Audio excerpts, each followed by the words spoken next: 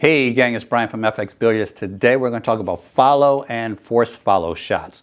So what is a follow shot? I think most of you know, if not all of you, but a follow shot is I'm on the 4 ball and I want to get down table for the 8 ball. So I shoot a follow shot, which means I tell the cue ball, follow the 4 ball down table so that I can get a good position on this 8 ball.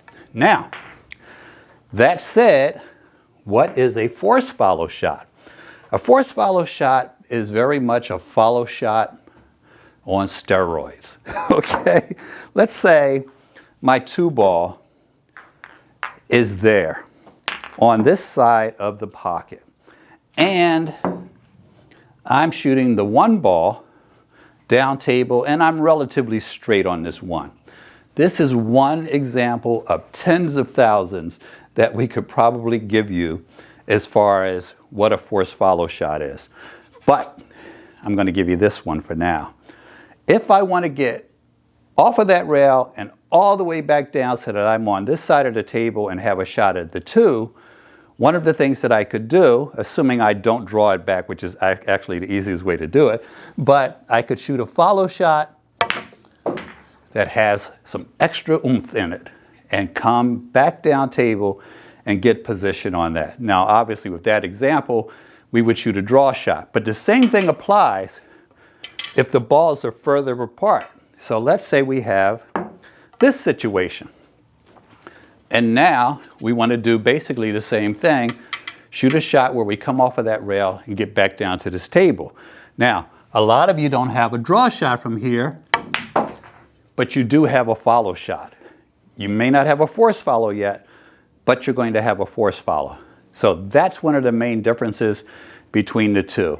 First, we're going to examine your follow shot. I don't care what your level is. You might want to watch this because it's important. And then we're going to talk about the force follow shot. So let's get rolling. Before we do anything else, we need to make sure you actually have a follow shot. So what does that mean? It means that you are able to actually shoot the ball and follow at least the length of the table. This is not even a force follow shot. This is a normal everyday follow shot. So we're on a 9-foot table. We're going to put the balls about 1 diamond apart, and you should make an adjustment for whatever size table you're on. If you're on a bar box, still use the 1 diamond method. It doesn't matter. But what I want you to be able to do is shoot the balls so that you can play the 1 in the corner without scratching, because we're going to give ourselves a slight angle, and leave the cue ball touching that rail or as close to it as you can. So your shot looks like this. If you can't send the cue ball all the way down to just touch that rail, and I don't mean to the point where you can leave it that close to the rail, but get down there and come that close. I don't care if it bounces off a little bit, but that is the first test that you have as far as your follow shot goes. A lot of people can follow the ball 3 inches, 4 inches, 5 inches, but when I ask them to shoot it all the way down table and go all the way to the rail or intentionally scratch in that same pocket that they're shooting in, they can't get the cue ball down there. So I'm going to tell you what you're doing wrong, and we're going to fix it. The number one thing that players do wrong with draw shots, follow shots, massage, everything, every single shot, this is one of the things you do wrong. You're holding the cue too tight. Get a light grip on the cue. A lot of the action that you need to get on this ball is robbed from you because you got a death grip on the cue. It's not your fault. We all grew up playing sports where we had to hold a baseball bat, a hockey stick, something we had to hold tight. But in pool, you should have a light grip on your cue. The next thing that may be breaking down when you shoot this follow shot is your follow-through, your actual follow-through. Now, this is not as common because the name follow shot, usually when players get down on it, they follow through on this one. They may not be following through on their draw shot, but they follow through on this one.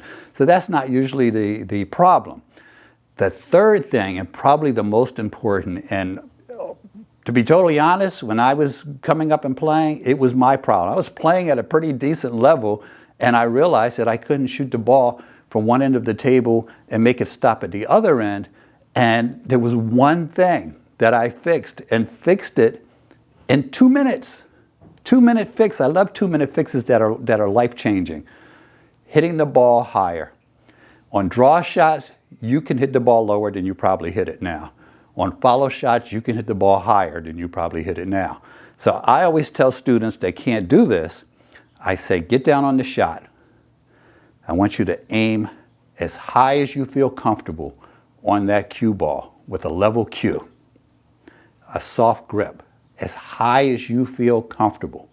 Now stop before you shoot it and raise your cue up and hit it even higher than you feel comfortable. At that point, you find out that you can hit that cue ball much higher than you've been hitting it. Why? Because assuming your cue is in your tip is in the correct shape, it's got a nice curve to it, either the diameter of a dime or a nickel, preferably a dime if you want to get some real action on the ball, but you have some curve to it. And the cue ball is also curved. So what happens is the tip of your cue, only the bottom part of it when you're hitting very high on the ball is touching the cue ball. So the part that you're trying to get on the cue is not the center of the tip. So if you're trying to use the center of the tip to find the spot where you're hitting the ball when you're shooting with high, low, left, or right English, you're using the wrong part of the tip. So that's why a lot of your shots aren't going where you think they're going, because you're literally using the wrong part of the tip to aim. The other thing is, because it's curved and you're only using the bottom part of the tip when you hit it with high, you can hit it much higher than you probably anticipate. Now, some of you know I used to race cars. I went to Skip Barber Racing School, and day 3 I was there. It was cold, the tires are cold. It's the first hot lap, and I crashed the car, and I called my friend Steve Garland, who raced cars and motorcycles and anything that somebody would let him race. And I said, Steve, I crashed at Lime Rock. And you know what Steve said? He said, now you know how fast you can go. Same thing here. Hit it high until you can't go any higher. Now, if you miss cue, you may be hitting it too high, but you also may not have a level cue. You want your cue to be as level as possible. I don't care what kind of bridge you use. And most of these shots, like from this distance, I have an open bridge. And on many others, I have a closed bridge. It depends on the situation that I'm shooting. But your bridge should allow you to keep the cue as level as possible. It's not always perfectly level as possible. That allows you to follow through, allows you to hit the ball high. Next thing, don't hit down on the ball at all. If you are shooting a follow shot and the back of your cue is jacked up, when you make contact with the cue ball, you are driving it into the table, and you are in effect shooting a massé shot. So you are making that ball curve. And because you are not a robot, I assume, and you're not going to hit that ball perfectly along that line that you're aiming, any little bit is going to cause that ball to curve as it goes down table. But you're also taking a lot of the energy off the shot that you need in order to make it follow. So there's a bunch of tips for your follow shot. Let's talk about your force follow. Your force follow is that same shot with a lot more energy behind the shot. So now the cue ball is not just taking a little half rotation before it follows the object ball, but it is spinning in place before it follows that ball, just like a draw shot does. If you see these shots in slow motion, what happens, I have one guy that refers to the dog in the cartoons that's trying to run and his feet are slipping and then they finally get traction and they take off. No matter how you think about it, that's a force follow. Those wheels are spinning quite a bit before the ball takes off. Where on a follow shot, it may be a half a rotation or a little bit more before it goes down table. So how do we get those extra rotations that are going to allow us to shoot the force follow shot? Well, we're going to put more energy on the shot. We're going to follow through on the shot. We're going to have a light grip on the shot. We are going to do everything we did before, but now there's going to be more cue speed involved. Let's take a look.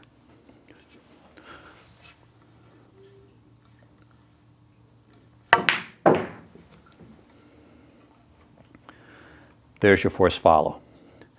Couple things you can do with this shot that are really cool.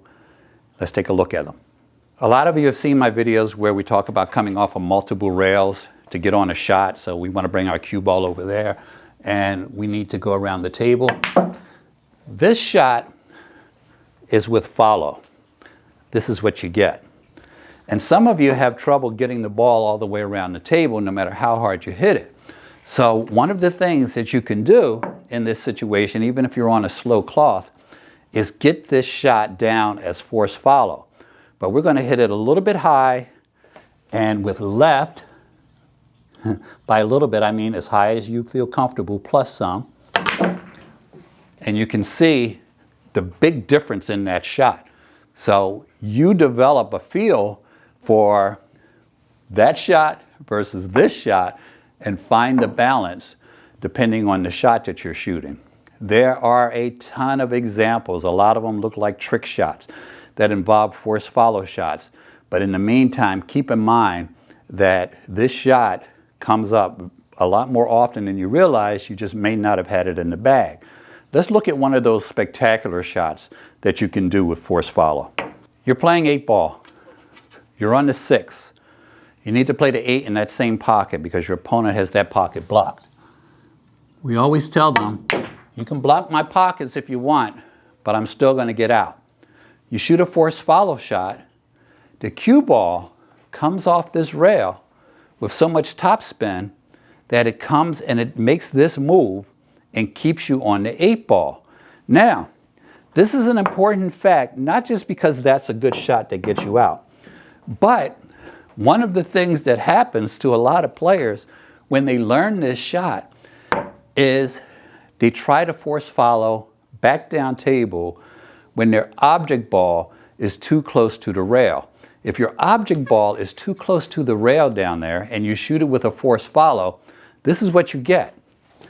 This is all force follow. Your cue ball stalls and maybe ends up coming back down table.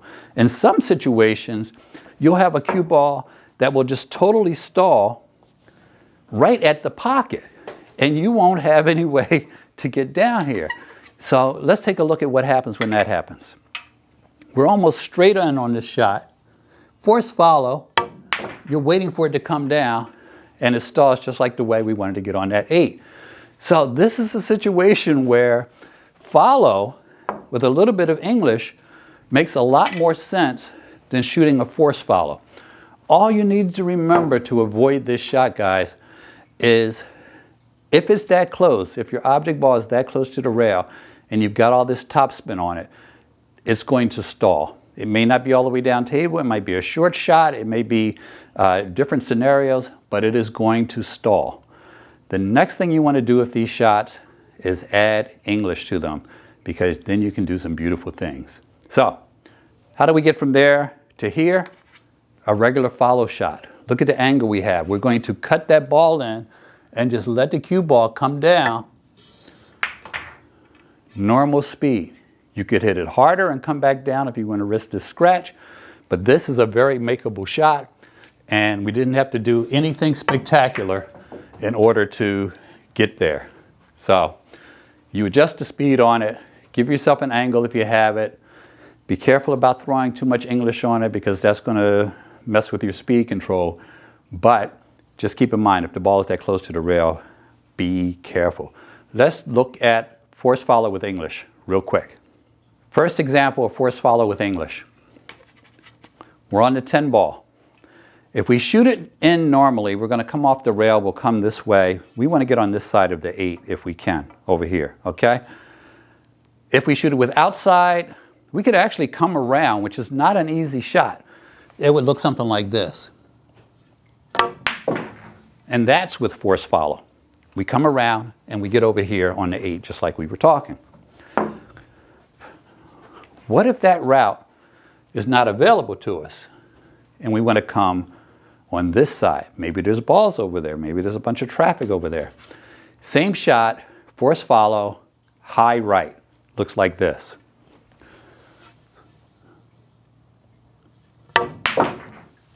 And now we use that force follow and the right hand spin to stay on this side of the 8 instead of coming around that way. You are not going to step into these shots and be able to knock out a force follow with right hand or left hand English and you've never done it before. You need to put in some reps with this. Practice first shooting the force follow. Make sure you have the regular follow shot down. If you can't get this ball down there or really scratch on a straight end shot, then you need to work on your follow. Light grip, follow through, level cue, all of that. Your force follow, you just get to step up the speed. And if your force follow isn't working, there's a very good chance you're not hitting the ball high enough, you don't have a level stroke, you don't have good follow through. You need to make your stroke smoother and make the shot easier and then slowly make it more difficult. Don't go from 0 to 100, guys. I see you doing it all the time and then you wonder why you don't have the shot. Please work your way up gradually to these different shots. Hit me in the comments. Let me know what you think. Have you been using force follow? Are you going to use it? All right. Let me know. And if you haven't subscribed, we got 80, 90,000 people watching our videos every month that haven't subscribed. Come on. That's ridiculous. Help the channel out. Hit the subscribe button. We got a ton of viewers that haven't subscribed, and that's just silly. All right. Talk to you later. See ya.